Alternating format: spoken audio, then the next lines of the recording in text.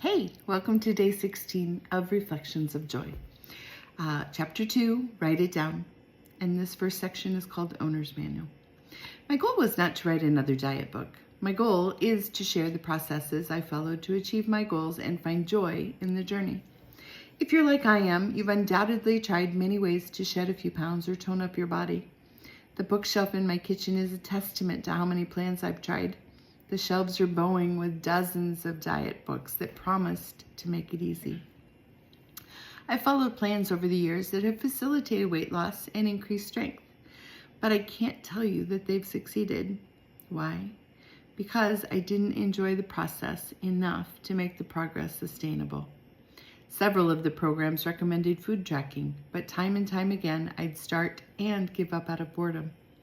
I've been an off and on journaler throughout the years, but I didn't work to master keeping track of my food until I reached a breaking point in trying to overcome my autoimmune symptoms. I developed psoriasis in my early 20s, and I have arthritis in my hands. I sensed the symptoms could be caused or controlled by the food I consumed, so I tracked them faithfully for several months. Somehow, trying to conquer more than the scale motivated me to record my meals regularly. Through the process of writing it down, I learned what causes my autoimmune condition to flare. I also discovered that I achieve my weight loss goals quicker when I eat regular balanced meals comprised of unprocessed foods. After I figured out my psoriasis triggers, I started to include additional details in my journals. I recorded my food, but also information about exercise, my period, and premenopausal symptoms. Suddenly, I realized the power of recording. I had history. I could make educated decisions and participate in medical appointments because I had knowledge about my body. I was no longer guessing when my doctors asked me a question because I had data. That is so empowering. I have great doctors on my personal team, but no one knows me better than I do. I consider each completed journal another edition of Kim's Owner's Manual. I look back and I can see what foods allowed me to have incredible workouts or caused me to have disrupted sleep. I can see the frequency of wine consumption causes night sweats. And regular walking directly correlates with more words on the page when I sit down to work.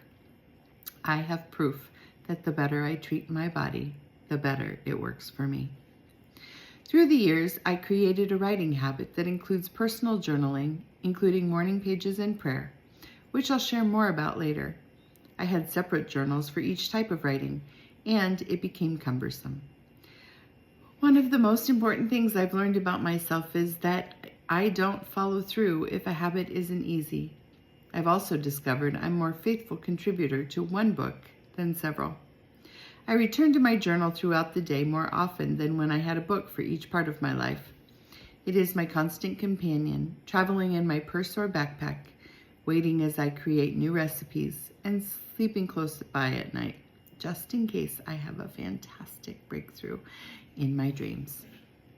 The only thing I don't write down in my journal is a grocery list or a to-do list. Those are created weekly on a sticky note, put on the front cover. Through trial and error, I've discovered I don't like spiral-bound notebooks, and 8.5 by 5 journals don't fit in my bags. My journal has a soft leather cover and a deliciously smooth-lined pages that allow my pen to glide almost magically, like it's writing itself. I'm hoping you'll become a habitual journaler yourself and that you'll write every day, not just on the days when your journal fits in your purse. Have a great night.